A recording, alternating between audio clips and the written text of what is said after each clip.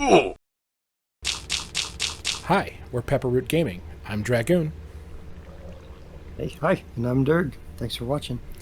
As unlikely as it may seem so far underwater, a llama spawned down here. We decided to keep him, and we're happy to introduce John Williams. I know it may be hard to believe, but life finds a way. We did a lot of work off camera this week. Let's show you around.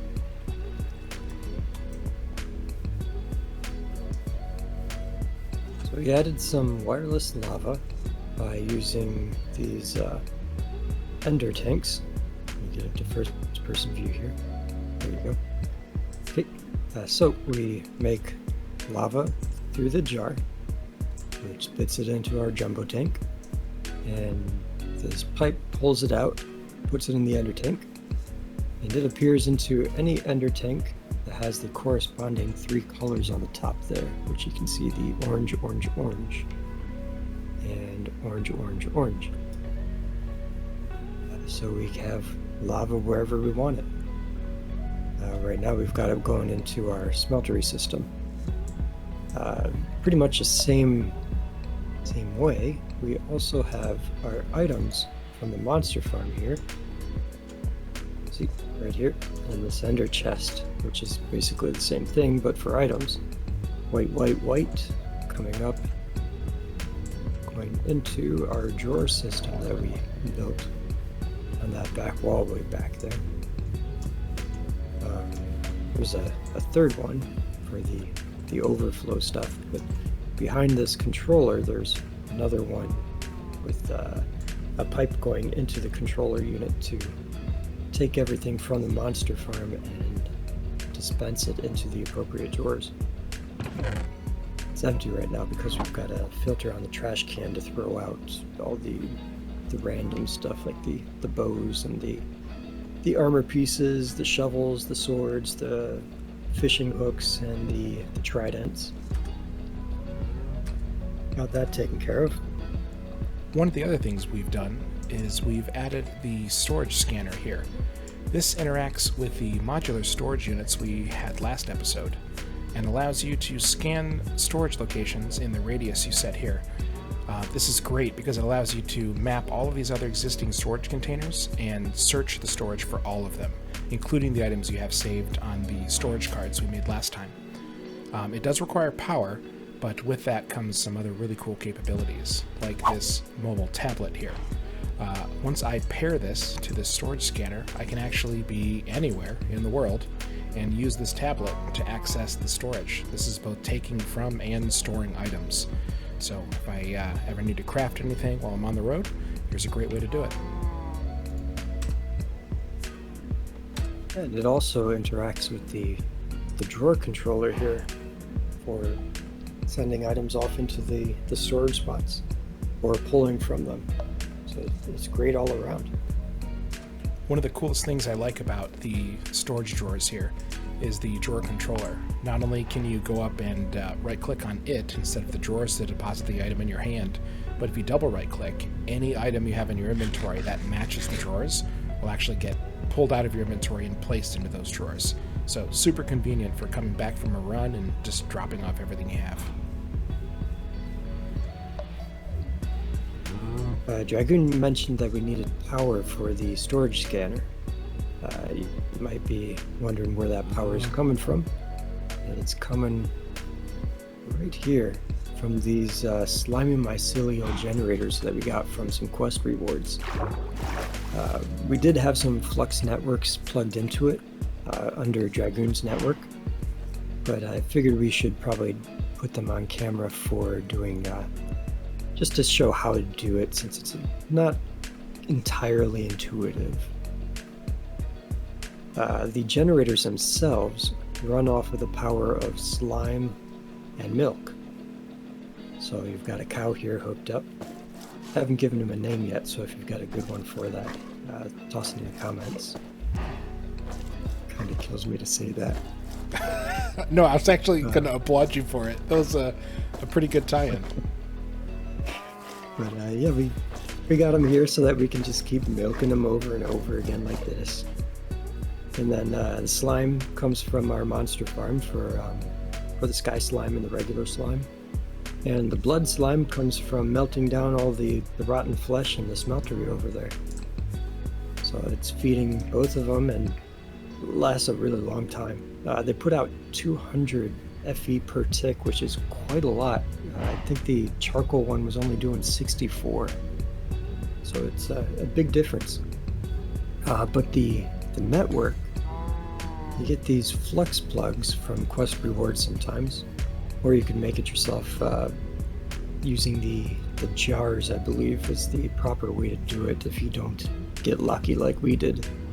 We got pretty lucky quite often. We've probably got about 15 of these things. But you place the plug down on top of your generator, whatever's creating power, and then you right click on it to enter the interface. And it says to please select a network. So I'll walk you through going through one. Normally, when you click on the network selection, there would be nothing there when you start out. So you've got to click on the plus to create new network. And Derg's network, that's fine. I like to share, so I'll set it to public. And we'll pick this color. And then we'll hit create. So we got our own network going right now. And since it's coming from a generator, we want to disable the limit. It's set at a limit of 800,000 FE per tick. Doesn't really make too much of a difference on this generator since it's only putting out 200. But it's great on more advanced ones. You'll also want to click over on the wireless charging network section and click that button there. And click on Derg's network, or your own network, of course. And then you click these spots to make them light up. All except for the main inventory because that's disabled. You hit apply and you hit enable wireless. And then any wireless tools in your inventory will start to charge up. So for instance, over here we've got a bunch of stuff saved over. They are all charged up, but if I had this in my inventory on my hotbar, it would be charging right now. What is this anyway? It's called a swapping wand. I haven't used that before. Maybe we'll get some use out of it. But that is my network, and then you might be wondering how to pull from the network. Pull from the network, you'll need a point, a flux point. The flux point would get added on top of an energy pipe or right on top of an item that uses power, which for instance would be this scanner. This is set to Dragoon's network right now, but we can swap that to Derg's, just like that. And now it's pulling from my network, which is being powered by these mycelial generators. The Flex mod is really cool. In addition to the plug and the point, there's also a battery system. We've gotten a few, or two actually, Herculean storage. You just pick what network you want it from, and wherever you place it, doesn't matter if it's connected to anything at all, it just stores energy that's made. Another thing that we did off camera this week was set up a drain system for pulling out all that extra XP that we had from the what are those things called? Condensed XP jellies or something? Yep.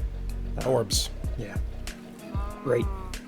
So we got an XP drain singularity tank down here, which then gets sucked up into this jumbo tank and then sucked up into that jumbo tank, and then this XP tab. You click that and it shoots out the XP whenever we need it.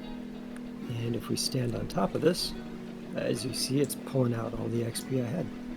Pretty slow, so if you smack it with the time of the bottle a few times, it goes a lot faster. There, done. That's was what, 25 levels in about 2 seconds there. But with that, we can preserve a lot of extra XP for enchanting or whatever else we need it for. Outside of that, for off camera for this week, we just did a bunch of sluicing to build up a resource bank of what we've got, and some more smelting. We did figure out that you can do blaze bars, or blaze rods rather, through the smelter, so we got a bunch of those made up. And one thing that we can do to progress that, to make it a lot easier on ourselves, to increase into the next technology section of the game, would be to automate the jar. And to do that, there's a quest, a real simple one in the Get Started section, for a jar auto processing block. So let's go ahead and make one of those up. I've got it bookmarked in my JEI, so I just have to hit the plus, it pops it over here, and I just have to hit 1, and it should craft. Or not. I guess we do need a dropper after all. Thought we had one. Simple enough. Just hit R on the dropper, swaps it over to that, hit 1. Now we got one. And then we go back to the jar, and now we got a jar. And to get that automated, break that, put the jar auto processing block there. And now I'm going to hit the play button for making lava. It'll make the lava, and let me speed this up so you can see. It's just continuously making lava without me interacting with it. So we'll soon have to make a drawer for that with a void thing on it, just to make sure we don't get lava capsules flying all over the place when this thing fills up. We'll be using that lava all over the place with our ender tank set up.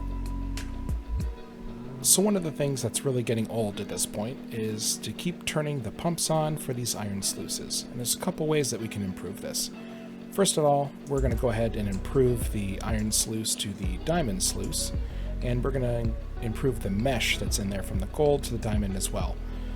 It's only going to take about 16 diamonds altogether to do both, and that's going to really improve things. The next thing we're going to do is get rid of these pumps and switch to a different piece of equipment that is going to automate the pumping of water.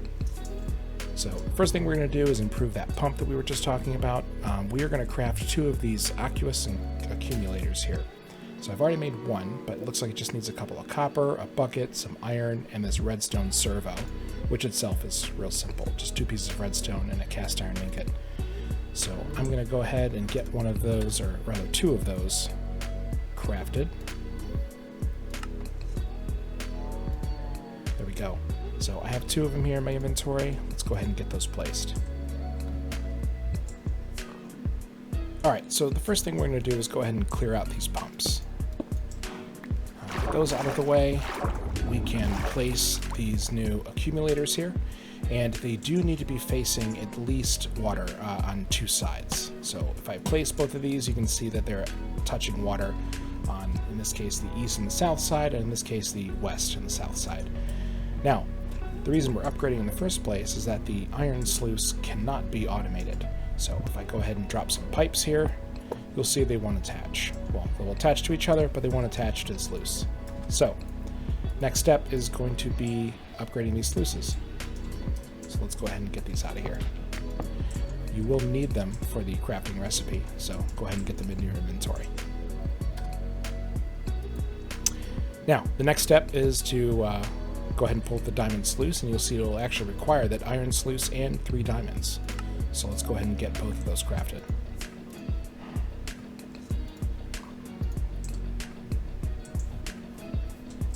Okay, so with them crafted here, we'll go ahead and get them placed, and you'll see the pipes will now attach to them. We're going to go ahead and use the wrench to break this link in the middle here. And now you can see that the pump is coming directly up and into the back of the sluice. Great, so that's step 1. Okay, now that I've got these diamond sluices placed here, I need to go ahead and set up the pipes to pull from the pumps down below and into the sluice. So, if I select the pipe wrench here and then right click on this bottom section, you can see that each of the 3 sections here attached to the sluice and attached to the accumulator, they do light up individually. So if I right click on this bottom section, you'll get this flared end. This flared end indicates that it's pulling from this source and pushing into that. So it's pulling from the water here, and now you can see the water flowing into the sluice here. fills up, which is great. So let's go ahead and do this on both. You can see both tanks are filling up rather quickly.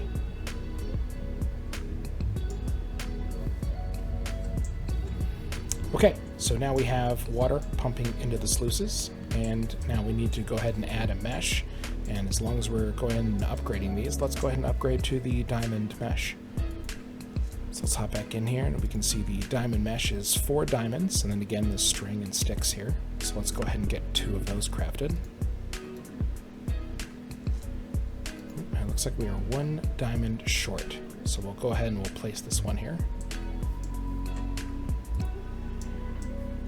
Now that we've placed it, we have probably one of the most beautiful sights you'll see in this pack, a fully automated sluicing system. So dump everything that we're looking to sluice up here in this chest, flows through the hopper into the sluice, and then spits out here.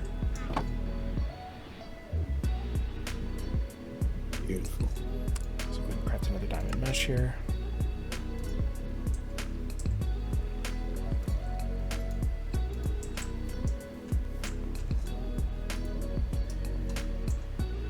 There we go. All right, this is going to make life much easier. And you can see these pumps are actually pushing water in here faster than they can be used. So no slowdown here. Okay, so one of the rewards we got is this improved pipe upgrade. So one of the things you can do is just come up and right-click on the intake side of the pipe, and you can see this module slot here. I'm going to go ahead and slot this here.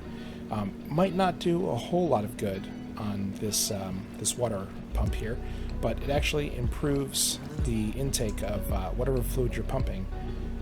So good thing to have. So you can see that yeah, it actually does look like it may be running a little faster here. So all right, so we're finding ourselves using a whole bunch of these industrial foregoing bits of machinery here.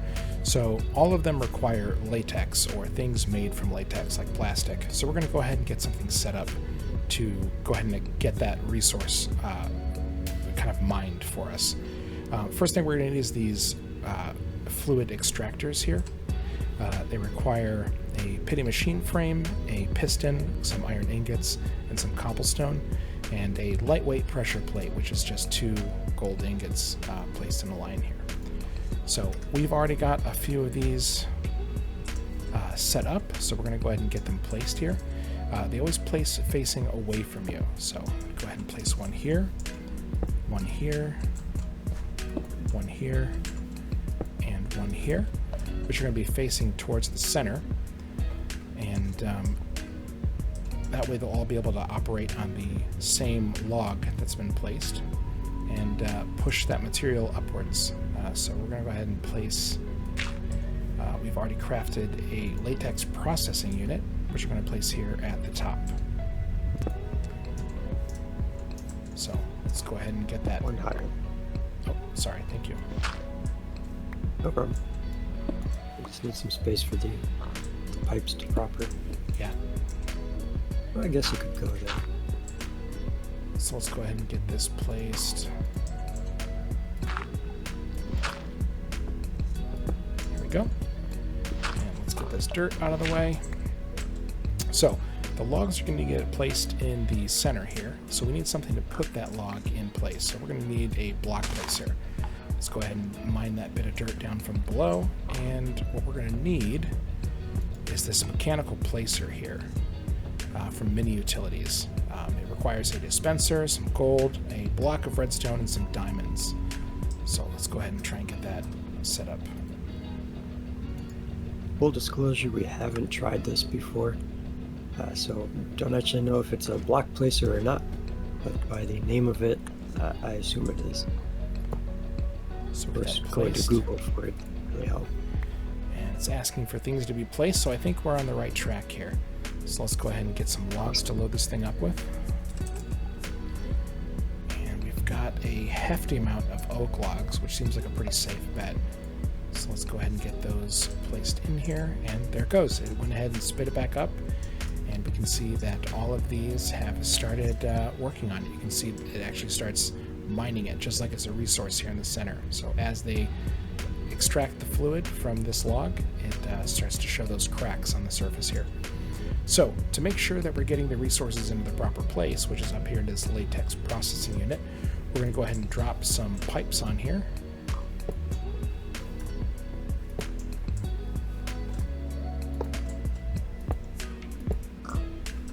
And I've placed it into the center and on top of each of these units, and I need to go ahead and set these to extract by shift-clicking each of them here. So now they should extract from each of these fluid extractors up through the pipes into this latex processing unit, and I can see that the tank is slowly filling up. So the nice thing about these fluid extractors is they are power optional, so just by placing them they do start working. However, if I add power to them, they are going to dramatically increase in performance. But right now I've just created a passive system which is going to go ahead and spit those logs up into the center of these extractors. They're going to go ahead and extract the fluid latex and process that up here. So this should be, at least in the short term, a pretty automated solution to just get those resources crafted for us. That's pretty awesome that mechanical placer didn't require power. Yeah. Kind of thinking it would. We still need to put a point on the latex processing unit to send it some power to process. Oh yeah, that's a great point. So right now the tank is filling up, but it is not really doing anything until we add some power. So we'll add some power where they'll actually be able to process a bunch of this fluid that it's extracting from the logs into something usable. It's actually out of water. Out of water already. Boy, that goes fast. Probably should have done it closer to this and just piped it in with the aqueous. That's a good We can point. move it later. Yeah, we'll probably move it. Got 4 of the rubber zombie. How are you doing in there? 5 more in there. So that should get you your 9. That's 9. Oh, I just pulled out the latex. Here we go. Oh, now to move it to the furnace. Awesome in. Oh, nope, not the furnace. Through the crafting table. Hit K on it to condense it into dry rubber. Then we throw it in the furnace. This Prudentium one's go pretty quick, so I don't need to speed that up. And it spits it out with the hopper into our chest. And we got plastic, which we'll be using next episode for automating some milk gathering. All right, we've accomplished a lot. We set up the wireless storage, so we can kind of hit everything from a tablet and tap into the drawers that we've set up everywhere with the controller. And we even started diving into generating power with something more advanced than the cold generator. We have that slimy mycelial generator. Yeah, not just that, but we got a whole energy network going now with Flux. And we did the diamond sluices, which are going all the time now. I've had to empty the chest twice in the filming of this episode. And we've also got the latex processor going, which will help us automate the slimy mycelial generators next episode. Nice. So, come really far and still so much more to go. But happy to have you with us and excited for the next one. See you guys soon. Thanks for watching. Bye.